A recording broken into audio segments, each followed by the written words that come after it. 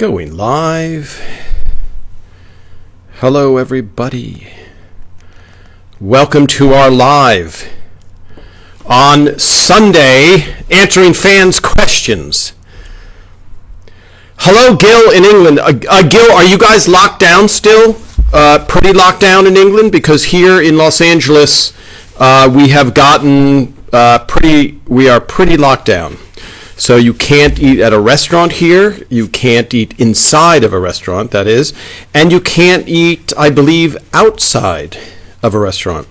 So you can only do takeout dining. Hello. Yes, Gil, you guys are locked down, that's great. By the way, someday I'm going to have to talk to you, Gil, about my love affair with British cookies or crackers. I don't know how you would call it. One of those two, I'm trying to think of the names of them. Hello, Paula. Great. Welcome, our Sunday viewers. Hello, Lisa T902. How are you? Takeout only. No pubs open. Thank you. Codename Windle Poons. Has a good ring to it. Hi, everybody. This is Tom Cultiviano, and I was a writer on Everyone's Raymond for all 9 seasons of Raymond. I knew Ray from doing stand-up before the show, and I still see Ray, Phil, and as many people as I can. Yes, Gil, I'm guessing you're calling them biscuits. Sorry, your term would be biscuits, and they're kind of in between. American cookies are very sweet. For those of you just joining, I was talking about British biscuits, my love affair with British biscuits. What is the deal? Yes, let's jump right into it. First of all, the live last week was great with Fred Stoller. I hope to have him back again many, many times. He's a very, very funny actor/comedian. And I think if you guys have any questions about that last live, let me know in this live. What I try to do is I'm trying to alternate guests and being able to answer fans' questions, because it's unfortunate when we have a guest and I'm trying to get into a long answer to a question, so I try not to answer too many questions when I have a guest. Yes, Windlepoons, give me your real name, although it can't be as entertaining as Windlepoons. Hello, yes. Hello, Reader Girl 74 in Hoboken, which I think we gave a shout out on Everybody Loves Raymond a few times, if I remember correctly. Hello, hello, Long Island. Hello, Angel 183. Now, how did you earn that name, Angel? From Long Island, yes. Hello, Palm Beach, Florida. Probably a little warmer than in Long Island. Hello, everybody. It's so good to see everybody here. I'm going to be answering questions about the fly eating episode, which I've talked about before, but I'll give it a little bit more play. I'm surprised. Let me see. Just hello, everybody. So I do have to scroll back when I start answering the questions. So it's great if I miss one of your questions, then just go back. If you write it again, then hopefully I won't miss it. All right, Bobby. Hello, Bobby. Are you in Hawaii? Is that Bobby? So what was my first script on the show? The first script I wrote was with Ray. We wrote the season 1 finale called Why? I think it was called Why Are We Here? You guys would know better than me. The season 1 finale where they're picking out the house, and Deborah, who doesn't know Ray's parents yet, is like, this is the perfect place. It's right across the street from your parents, which is a joy to watch now, because we know how uncomfortably terrible her life became because of that. But because Patty was pregnant in real life, we did the flashback to her in the series being pregnant with the twins. So if you remember that, that was a very fortuitous synchronicity. if that makes any sense. So yeah, Ray and I, it was the first script that Ray and I wrote together. We had toured a lot and doing stand-up, and it was the first chance to write a script. And so that was, if those of you remember, Why Are We Here? I think it was that, yes. Sorry, is my sound shaky? Hello, everybody. Can you hear me okay? Sorry, I'm just seeing that. Yeah, sounds tinny. Okay. We can try and fix that, but I'm not sure how. Yeah. So Ray and I wrote that first season finale, and I remember we even used a map that I had in real life used. Keep in mind, this is before the days of smartphones and maps, so maps on your phone. So there was a map that I carried in my car, and it had concentric circles out from Manhattan. So you kind of saw the tri-state area, because for those of you in England, etc., there is something called the tri-state area, which is New Jersey, New York, and Connecticut. And so when you buy a New Jersey map, you only see you see New Jersey in a little bit, and then Connecticut, same thing, in New York. So they manufactured, I can't remember the name of the map company, but I had it in my car, and Ray and I would do road gigs, and we would use the map. There was no such thing as a smartphone, so we would take out the map, and you generally are in those three areas. You do gigs in Long Island, you do gigs in Westport, Connecticut, and then you'd go out to New Jersey, etc. So that map, Ray is drawing for Deborah in that episode, where it's like it's too close, too close for a stayover, I think, and too far for sauce. I'm remembering a long time ago. So, yes.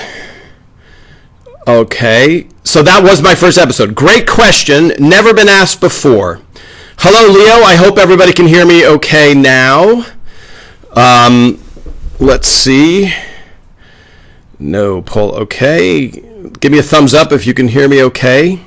So now the one thing I wanted to talk about, the fly eating episode. Here, let me see something here. Let me try this. Does that sound any better, everybody? How is that? Is that any better? Okay, so the fly eating episode. The fly eating episode came about because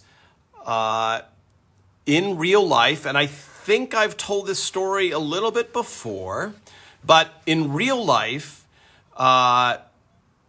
Ray's brother, the policeman, had a date. He met a woman, and they met at a club, I believe, and she asked him to come back to her apartment. And he went to her apartment, and she, when he went in her apartment, there were snakes filled in aquariums, etc., in her bedroom. So the whole house had snakes, and in her bath room, he pulled back the shower curtain, and he had a tub filled with snakes. So the real life thing was snakes. And so he got a little bit spooked, as you would expect, and he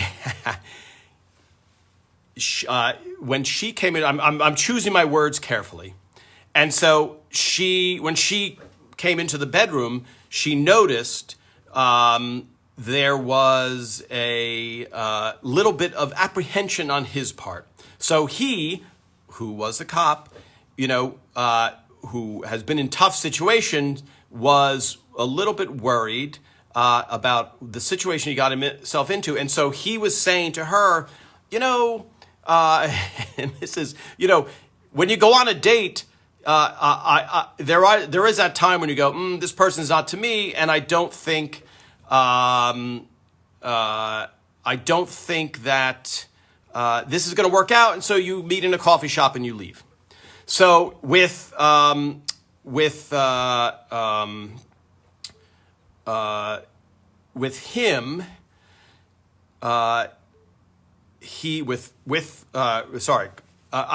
I'm going to get into the explanation too. With Richard, who was played Robert on the show, he's like, okay, how do I get out of this? The woman sensed that he wanted to leave and threatened him. Said, either you're going to do something or I'm going to stab you. Okay, so this is the real story behind the frog lady, the frog-eating lady. So Richard, in real life, backed out a window down a fire escape of this New York building. So when that happened, he told Ray about that story. So Ray was thinking, okay, that's a funny story. How do we work that into a show? So the idea for the fly eating came from about a year before, when we were on hiatus. Hiatus is the show's done for the season, and then we have about 2 months or 3 months off. So Ray, Kevin James, and I were sitting in the Everett Brothers Raymond writer's room just brainstorming on a movie idea for Ray and Kevin. Because they had, I think at that point, they had shot a movie already where they played meat salesmen. And so and this is how you generally come up with a movie. You sit there and you think of, okay, what is a good movie idea? What is a great, especially when it's pure fiction comedy. So we spent a week. We would go in, 10 a.m. and we'd sit there and brainstorm. We'd watch a couple of funny movies. I remember we watched Martin Scorsese's comedy movie, After Hours, I think it's called, or something like that. Someone will know watching, can fill that in. So the ideas were all over the map. And one idea which Ray came up with, he said, Kevin, what if you're on a date and I see your date eating a fly? And we thought, oh, that's really funny. That's a really, really funny one. And what do we do with it? That's funny for the movie that we're trying to come up with and didn't really land on anything. So after we were done brainstorming, it was like, okay. And, Kevin at that point was, yes, After Hours. Thank you, Ron Fez 1633. So that's it. That was just an idea that was floated out there. And then Ray knew this idea, or this thing that happened to his brother. So Ray and Phil got together. Ray wrote the beginning part of the She's the One episode, and Phil wrote the second half of the She's the One episode. And I know Ray was swamped, so Mike Royce and I helped Ray write the beginning, just because Ray is writing, acting, editing. He's doing a ton of stuff. So I know that episode. Well. So we combined that. The thing that she eats in real life is a raisin. So she had the raisin in her hand. She hits it. It falls down. And she picks it up and eats it. And for those of you that have seen it recently, and if you haven't seen it, I recommend going back and watching it again. Ray does almost not pass out, but he does a little bit. He gets a little dizzy, because when he sees that woman eating the fly, he holds that. You'll notice he holds that forever, and so he's just sitting there, kind of not holding his breath, but not breathing deeply. So when he did that thing, and I remember coming up with and then she ate it, when we were in Ray's office writing it. So when he does that, it's a big move, and then she ate it. So he does, you'll watch it, and he just kind of does this little dip and then comes back up if you watch it again. So that's some priceless. And when that happened, when the audience watches this woman eat a fly, because they don't know that they see a fly. And so the audience reaction was so unbelievable that Ray, when he is frozen there and can just keep watching her, it's completely viable, meaning the audience is in shock as much as Ray is. So you're thinking, what is going on in Ray, the character's mind, as you watch your brother's girlfriend eat a fly? So there's a term where you're milking a laugh, where if you're sitting at home and you're watching this and going, this isn't that funny. Why are they staying on this shot so long? But that worked out perfectly in the show. Yes. Thank you. Yes, great, Elaine. Love when he pushes Deborah and Robert back with the tray. Absolutely fantastic.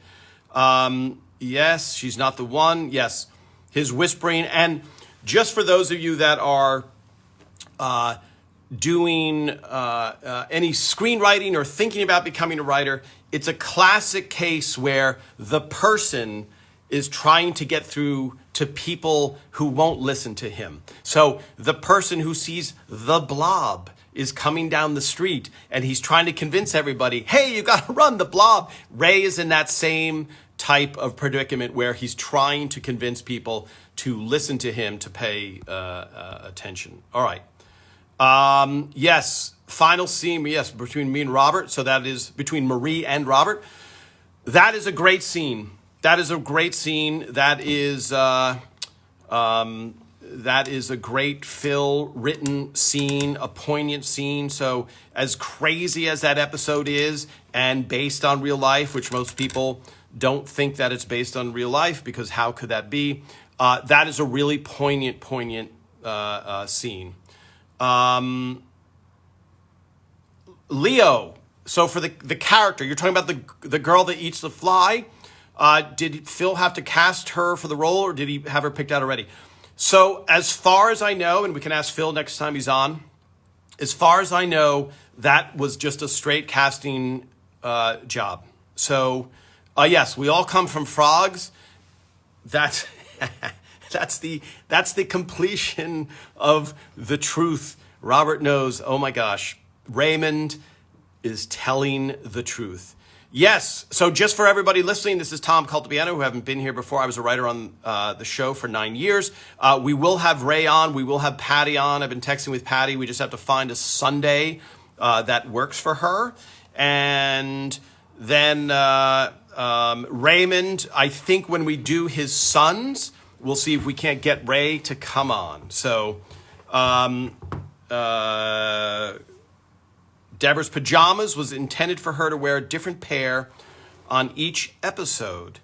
I don't know. She wore a lot of pajamas, or did she wear a crazy amount of pajamas, or not that many, or too many for a normal person? David Praval. So Kevin James. Okay. Nettie paw print. Is it possible to get Chris Elliott?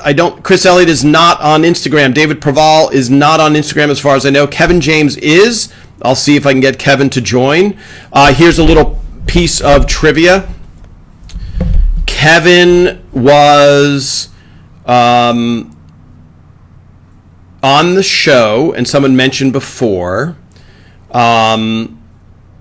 that his name changed. So when Kevin was not on the show, King of Queens, before that, he was a stand-up comedian who was trying to get cast in a TV series. I mean, he was doing stand-up, he was touring, and I think before I moved out to Los Angeles, Kevin and I did a show in New Jersey, in West Orange, New Jersey, at a place called Rascals Comedy Club. So then Kevin moved. I moved out to Los Angeles. Kevin was still in New York, and then he came out. And Ray, before it was Raymond, Kevin and Ray really bonded because they were both auditioning towards something called Pilot Season. So Pilot Season it's every year, but it's changed a little bit because there's so many non-network shows.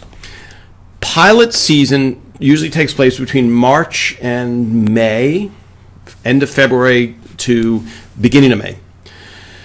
Everybody who's an actor tries to get cast in a sitcom in that little period. And if you don't get cast in that little period, then you might have missed out for the whole year on being a regular on a show. When Ray had been, when he was let go from News Radio, he was then, I think, the following year at pilot season with Kevin. So Ray got Everett Raymond. He put Kevin in one of the shows just because they were friends. Obviously, Kevin is hysterical. And then the King of Queens was written. And it was written by people, it wasn't developed for Kevin per se. So Kevin was cast in King of Queens. So that's why his name changed. Everett Raymond had nothing to do with him being on King of Queens, other than they saw him on Raymond. But that's kind of the story, and that's why his name changed. Does that clear up for everybody? Let's see. Ginger ale. Yes, Ray drank ginger ale. Ray doesn't drink coffee. Still to this day, Ray doesn't drink coffee. So initially, he drank ginger ale, and Canada Dry provided us with ginger ale. Maggie Wheeler will be on, John. Yes, Maggie Wheeler is coming on soon. How do you table read physical comedy scenes such as eating the fly? Yeah, they just mime it. They just fake it. So when she's sitting at the table, she does the clapping action, and it goes down, and then they do it. Hello, New York. All right, let me scroll back up to some of the questions. Is the only soda you guys drink in the show is only yes. So that's why. Explain that. Yes. Hello, Edna Portelli. Where are you, Edna? You like seeing the name of the credit. When Marie says, "Are you want friend of?" Okay. Hello from Australia. Hello, Australia. Early in the morning there for you. Robert is truly the star of the episode. Yes. We all come from frogs. Absolutely. Yes, Tina, that is correct. The audience is feeling the same shock that you, the viewers, are, and the same shock that Ray is doing. And I think, just going back to that final scene between Marie and Robert, that is the emotional depth that I think Phil is so good at. So instead of it just being that goofy episode, it takes this turn. And I think you saw that very well displayed in the Lucky Suit episode, where Marie goes in and you get to the FBI agent, and you get that feeling that, oh, this is a mother who doesn't want her son to be put in harm's way. So that's where she's coming from. So it's a very poignant thing. Okay, Wendell Poons. It was always real food during the scenes, but was it ever real alcohol, like in the scenes from Frank's Club? I always imagine it's apple juice. Yeah, you are correct. It's never alcohol in any of those things, because you really don't want people getting drunk on the set, because there goes the comedic timing. So as far as I know, and as we talked about, if people watch the Table Read Live, that was for the Multiple Myeloma Foundation, Peter Boyle was sober. He did not drink, and he went to AA. And Brad Garrett, beginning of season 2, he became sober. And they would have AA meetings on the set of Everett Raymond, unknown to Phil. Secret AA meetings. Okay. Very funny. Do a reunion with Ray and Robert having a black brother. Funny. Hello, Sunderland, UK. Yes, great. So now, let me clear up the brother, give a little detail to Ray's brothers, okay? Ray's policeman brother's named Richard. It's Ray's older brother. Ray has a younger brother named Robert, Okay, so there's three brothers. There's Ray, Robert, and Richard. When the show was being written, they didn't see a third, there being three brothers. So they went with Richard the policeman because it was a perfect dynamic of something that he said in real life, of illustrating the relationship, which is Ray won a Cable Ace Award in real life, and Richard, who was I think an undercover narcotics policeman in the Bronx, so not the easiest job, was looking in Ray lived with his parents, in his parents' house, and he picks up this award and he goes, "Everybody loves Raymond." So that's what he says in real life. He said, Ray, he does it in the show, but basically, Ray goes up and tells some jokes and people, are throwing, or applauding, and Robert gets shot at and spit at and etc. So the character has been established. It's based on Richard. And so Raymond, in real life, as a nice gesture, said, okay, I don't want to completely leave out my brother Robert, so why don't we at least give his name to the policeman character? Because Robert at that point I think was working in advertising, and now he's a school teacher. So I know I posted a picture and people were confused by the description, and so I hope that clears it up. There's only one brother based, the basis of the policeman is based on Richard, but they changed it to Robert as a nice gesture to Robert. All right. Is that cleared? I hope so. And of course, not everybody is watching, so we have to... yes, so Sloan Stir, I have to get rid of some glare. I noticed that Robert's speaking voice sounded different in season 1, and it changed moving forward. Does the statement make sense or ring true? Absolutely. Great observation. Yeah. Brad Garrett in real life, obviously Brad is very tall. He's 6'8". He has a very deep voice, but he gave it a little bit of an affect for the character. So yeah, that's a very good observation. So did Elizabeth Bogush audition, or was she already cast? So the woman who ate the fly, I believe, was cast, but I will find out. As I've never heard her name before. The show, it's not like, because there are times, and I will tell this story. We touched upon it with Fred. There are times when Phil or one of the other writers says, who's really good? This person. And why don't we try and put them in the show? So there's never been a show where, okay, we're going to write a whole episode around this guest cast, because the core cast, and that's something that Phil helped me and Ray out initially with, is you have all these ideas for Kevin being funny or John Manfrotati being funny, etc. But the audience, you guys, want to see the regulars, want to see the main cast members. So you can't really have a lot of stories where it's a big outside cast member story. So so I think she was cast, but the story that we touched upon with Fred Stoller was we did cast somebody who just didn't work out in the role and had to replace them with, if you guys watch, and I'll post another picture of it, the Dan Castellaneta is in the T-Ball episode. Dan Castellaneta is the voice of Homer Simpson.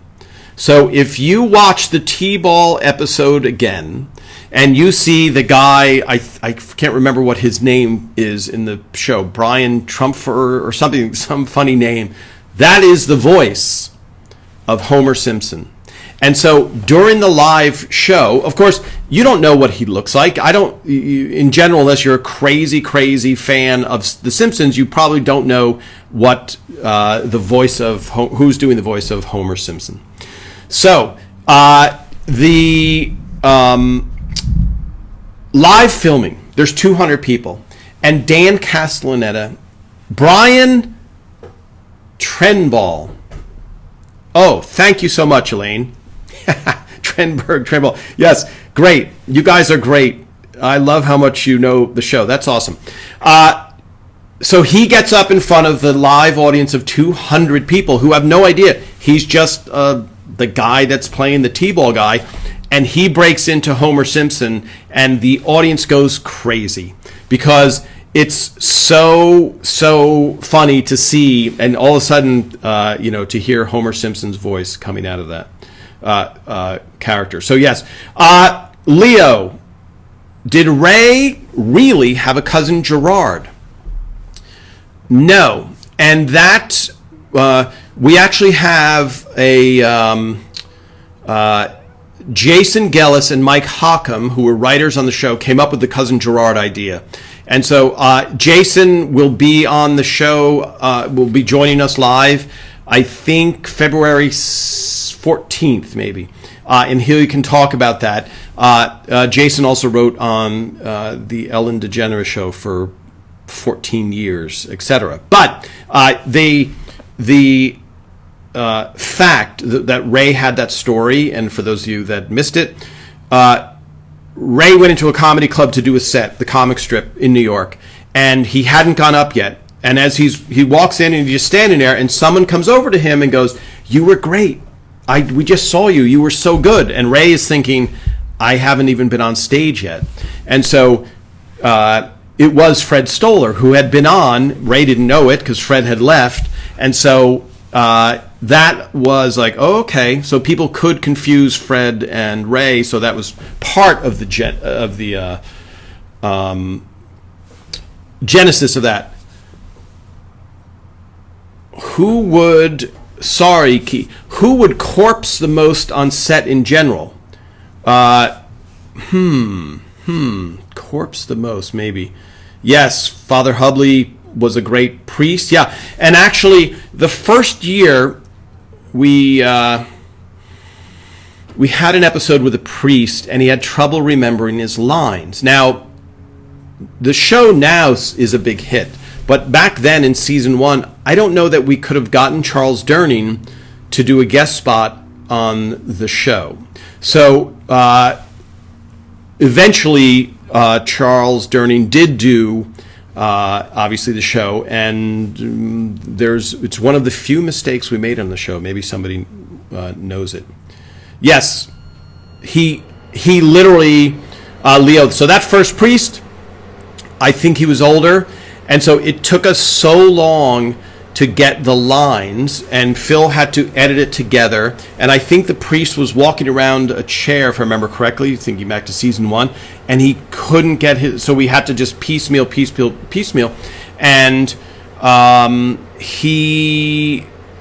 Phil ended up piecing it together, but I don't know if he could remember his lines any more.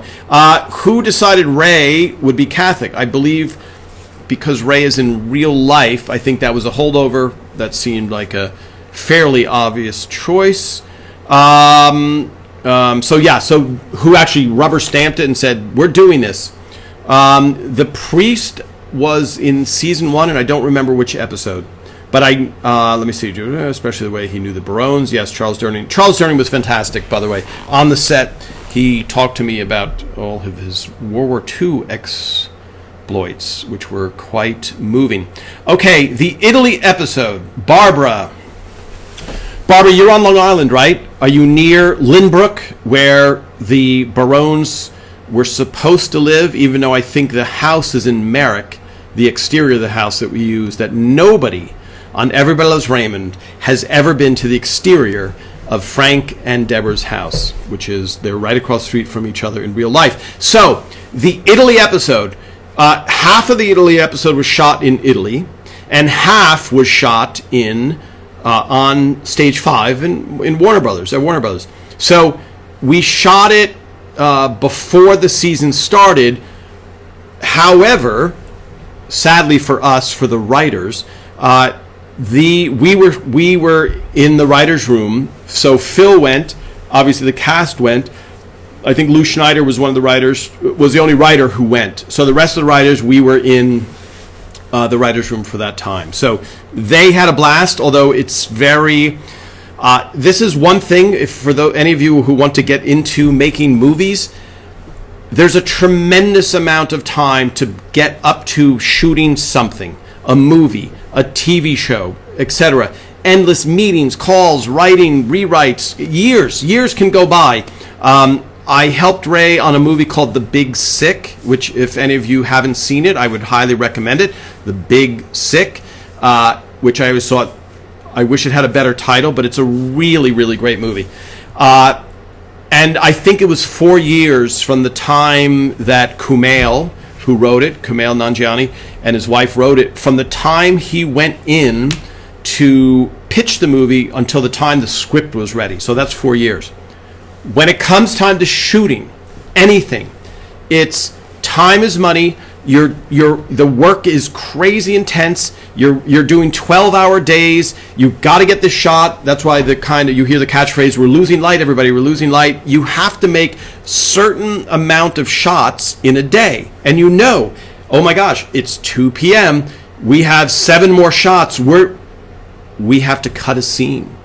You don't have the luxury of going, well, we'll just get more money and we'll push it. Yes. Does Martin Scorsese or Spielberg get to push stuff? Probably. But even then, and this is a very interesting piece of trivia, the producer that I talked to of The Big Sick, he said there's financiers who are looking at if you're making the day shoot, and they call you and say you have to cut a scene. So you have to think from the terms of writing, or if you watch a movie, that would never enter into my head as a viewer and going, wow, I love this movie. What a great movie. Not knowing that 3 scenes had been cut because of finance. A person that wrote the check said, I'm not giving you any more money, so you decide what to cut. So it's a very hectic, intense thing. So when they were in Italy, it wasn't, relaxing and we're going to hang out and maybe take a few days off. It's very intense. Did Ray and others finish the giant bags of chips? Yes. So again, I think they went to Italy. It was the first episode back. So I think Phil and Ray, they went to Italy, like, let's say the last week of July. And then as soon as I get back, we filmed the remainder of that episode because that opened the season, if I remember correctly. I love the opinions. Yes, great opinions. Everybody's entitled to their opinion. Love The Big Sick. The Big Sick is a great movie, and The Big Sick is okay. Okay, I love this. Yes, Leo, you are correct. If I went to Italy, I would have taken 50,000 pictures. You are correct. I will start posting some of the pictures when Ray hosted Saturday Night Live. I went both times, and I probably have a few thousand pictures of Ray. Give me a thumbs up if you want to see Ray behind the scenes at Saturday Night Live. Go with the flow, babe.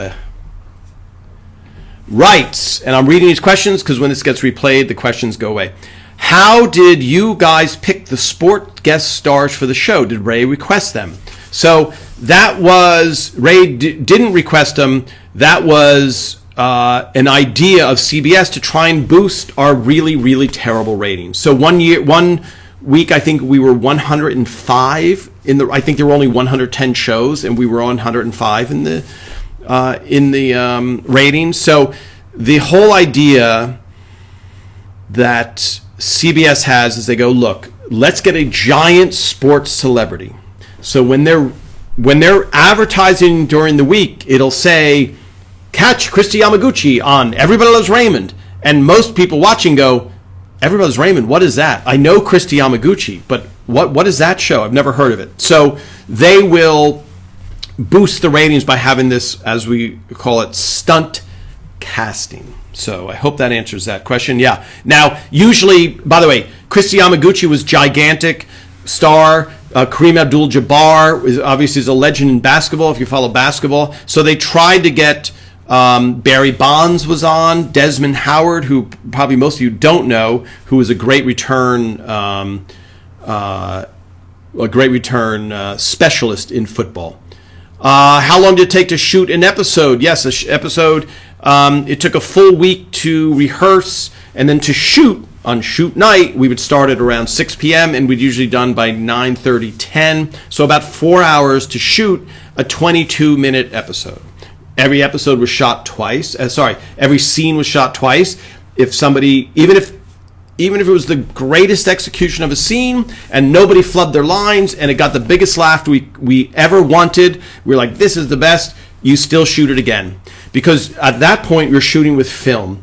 And if something got scratched, the negative got scratched, or somehow you just can't go back in time, and you would have lost that portion of the show. So they always shoot twice, and usually, you don't do it perfectly on the first take. So that's why we shoot it twice also. So you would do it. Divine Honey Muse. Hello, Divine Honey Muse. Even though it was filmed live, were there scenes you needed to add a laugh track? I assume they don't laugh at a joke after the fifth shot. Yeah, well, generally we only did it twice, and they would still laugh pretty hard. So for the most part, in that case, let's say somebody does flub their lines a bunch of times. It just didn't happen on our show that much, but they would take the laugh from the first take and put it into the second take. So that's how they would do it. So it would be the true laugh from the show just moved into a different take. Catherine Hellman, did she come from Coach where Phil saved Joy fully? Casting Catherine Hellman, that I believe is Phil's idea, and we'll ask Phil when he's on, or Lisa Miller Katz, who's the casting agent for the show. Phil was a writer on Coach, and so I know he was aware of her from then, and so I don't know. I'm assuming it was Phil. He had that, because I know with Georgia Engel, Phil definitely had her in mind for Monica's, Amy's mother on the show. And also, Georgia Engel is very much like Monica's real-life mother. So Monica Horan Rosenthal, who played Amy on the show, her real-life mother is very much like Georgia Engel. Was I with Ray on his Tonight Show with Johnny Carson? Yes, I was with Ray the night, for those of you, I don't know if we've talked about that before, but at the time, Johnny Carson, it was the end of Johnny Carson's run, and it would make and break your career if you were on Johnny Carson. And so I was in by coincidence, I was in Los Angeles doing something else, and I went with Ray to the show. And that's a very long story, which I'll tell another time, maybe with Raymond on it. But yes, remind me of that, Bobby. But yes, I was there. I sat in the audience, and I think we talked about that with Rory. What went on the Rory one, which again, any of these lives, if you scroll back on Instagram, you can find them. And also, I asked this last time, who is on Facebook? Because I will be doing a couple lives on Facebook because I'm going to have to, because so many of our writers are not on Instagram. Hi, Tom Gizillig. I'm probably pronouncing that in a funnier way than it should be. Did the cast ever have to do any ADR? Was there much post-sound done? Are you in the industry? That's a very specific question. So the question is, did the cast ever have to do ADR, which some people say stands for automatic dialogue replacement, which basically means having to replace dialogue in after everything is shot. You come in and you record it.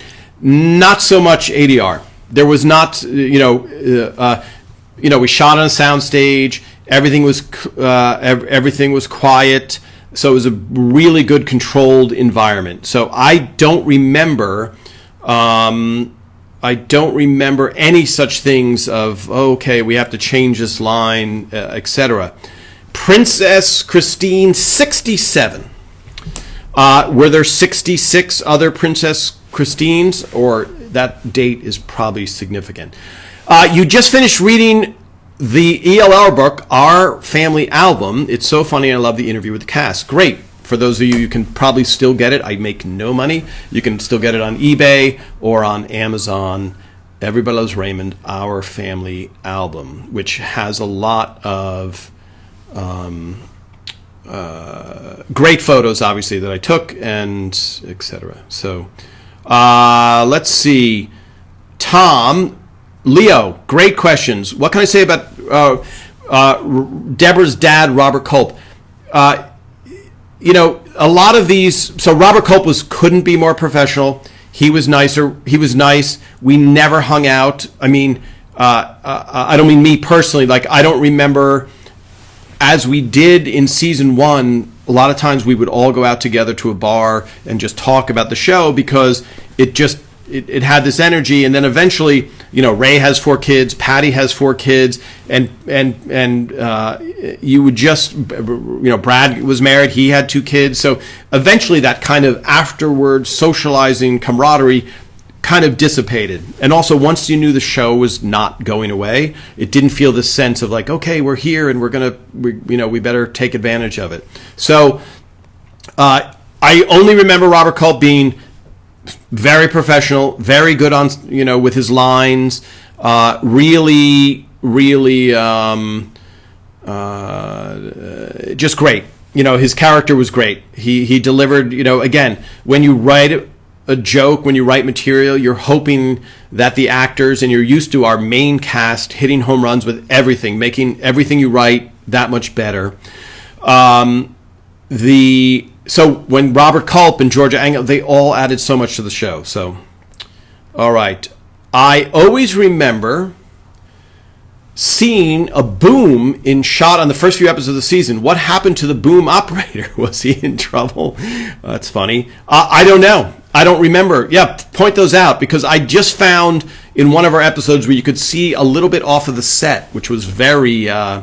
You're welcome, Gizilg. Am I saying that right? Is it Gizy G?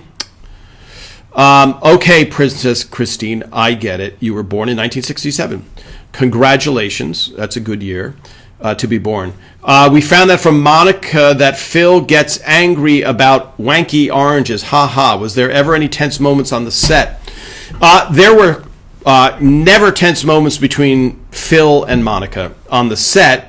And that's funny, Wendell Poons. What he is talking about, if you watch the Monica thing, she was saying a very funny moment where Phil came over in real life and said, hey, look, these oranges have gone bad. And in which case you're going, okay, well, why is he, Monica's not in charge of the oranges. Like, that's not necessarily her responsibility, or maybe it is and we don't know about it. So that's what he's talking about. But on the set, there was never, the only tension you would feel on the set was you want everybody to get their lines right, and you want people to know their lines, and you want the mechanics of, if a prop had to, something happen, like when we watched a run through, if you remember the show Grandpa Steals. In Grandpa Steals, Frank takes an orange and all the other oranges fall down, for those of you who remember it. When we were doing the rehearsal, Frank took it, and there was something was supposed to happen to make sure that they all fell down, because you couldn't take the risk that in front of the 200 people that Frank would take an orange and nothing would happen.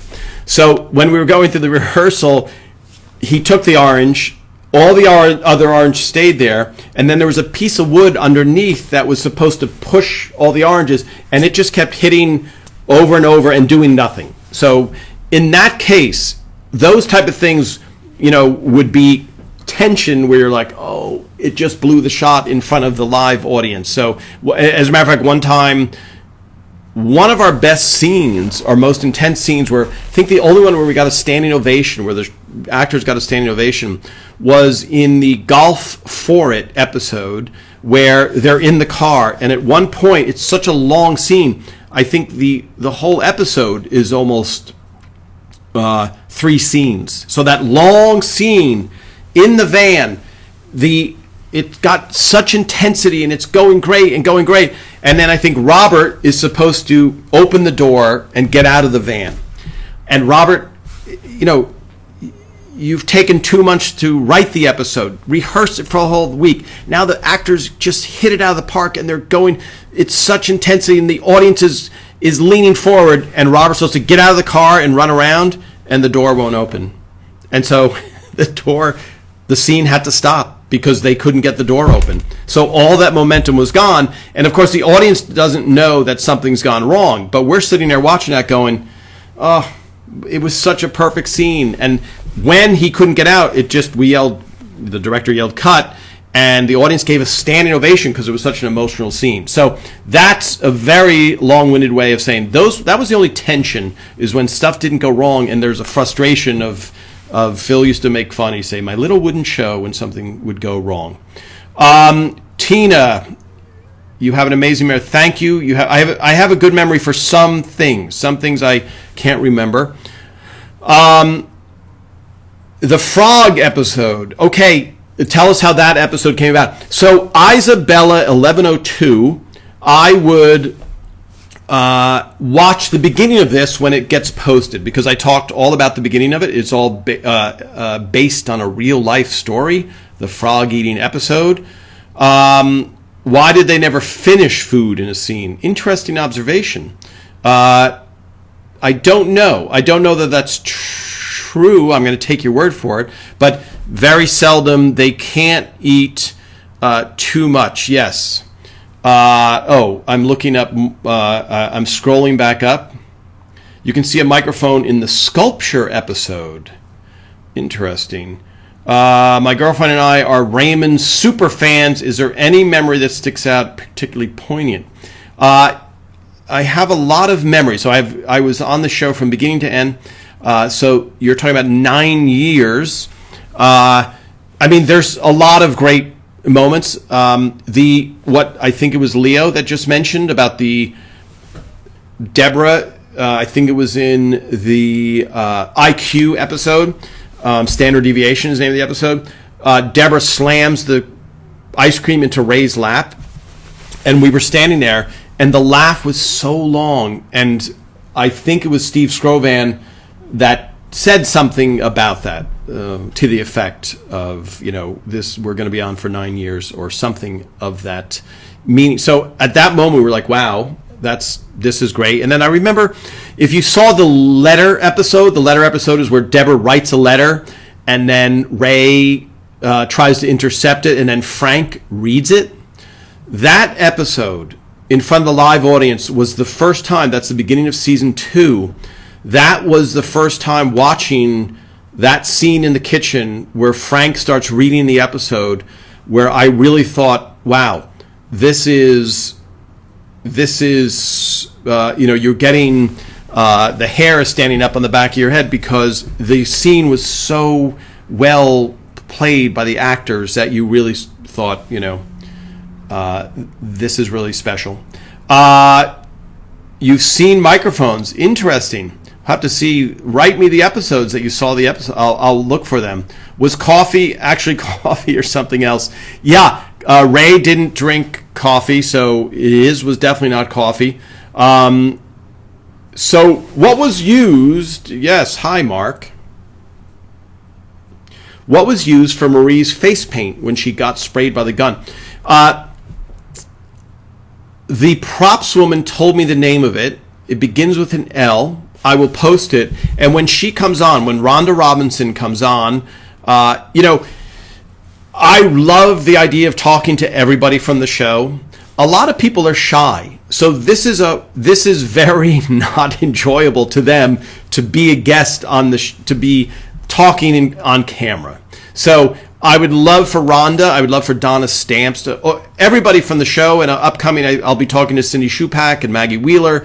Cindy's used to being in front of the camera. Maggie Wheeler, obviously, who played Linda on the show. But if I can't get Rhonda to come in, I will definitely figure out that answer for the name of that. It's a paint that you can use, and they thinned it even more to be able to spray Marie in that episode.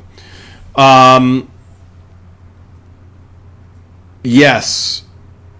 Key ran solo. Is that right? Is fruit really stacked like that in the U.S. supermarket? Seems kind of inevitable they'd fall. Yeah, I think that's a pretty accurate display. Maybe a little bit, for comedic purposes, stacked a little bit higher. Let's see. Bradford, yes. Food, okay. I'm scrolling. I love these questions, and I'm trying to answer them all. Won the kayak picture from the, and you can see, okay, you can see a microphone in the sculpture. Oh, I'm curious when.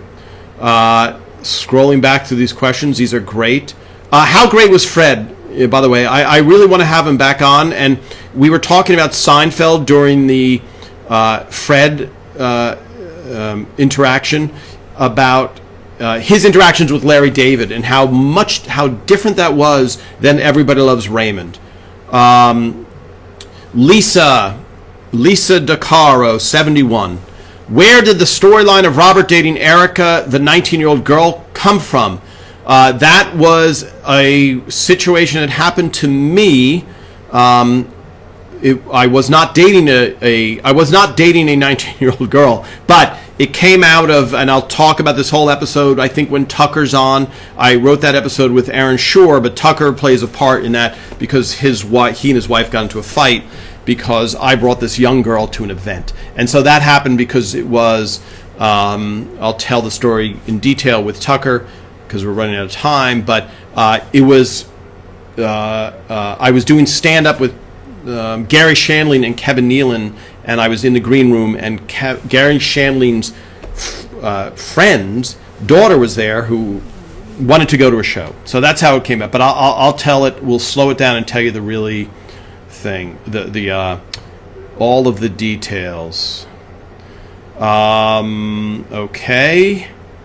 I love all these different opinions. Uncle Mel, yes. Phil Leeds is his real name. Great. Oh, wow. We only have 1 minute left. Where does the time go? Thank you, everybody, so much for joining me. Let me see if I can find a couple of other questions before we go. This has been great. We're coming up. It's been a long time that we've been doing this. Let's see. A clarification. Corpse. ELR had 2 priests. Again, thank you, everybody, for so upcoming. We'll talk to Len Lesser, Bobby, great. Len Lesser, who played Uncle Leo, who would do this. I would do an impression of him in the writer's room, which is, "Hey, Ray's here." He was phenomenal. One of the sweetest guys on the planet. Just a really, really nice guy. All right. Thank you so much for joining. For the woman who asked about how the Fly episode came about, just watch the beginning of this and you'll hear in detail about how it came about. So, all right. I will see all of you guys next week. Write your questions. When you write your questions, if I don't answer them immediately because I think it's too long to write, I will answer them every time I come up and do fans' questions. So thank you so much, everybody. I will see you again next week.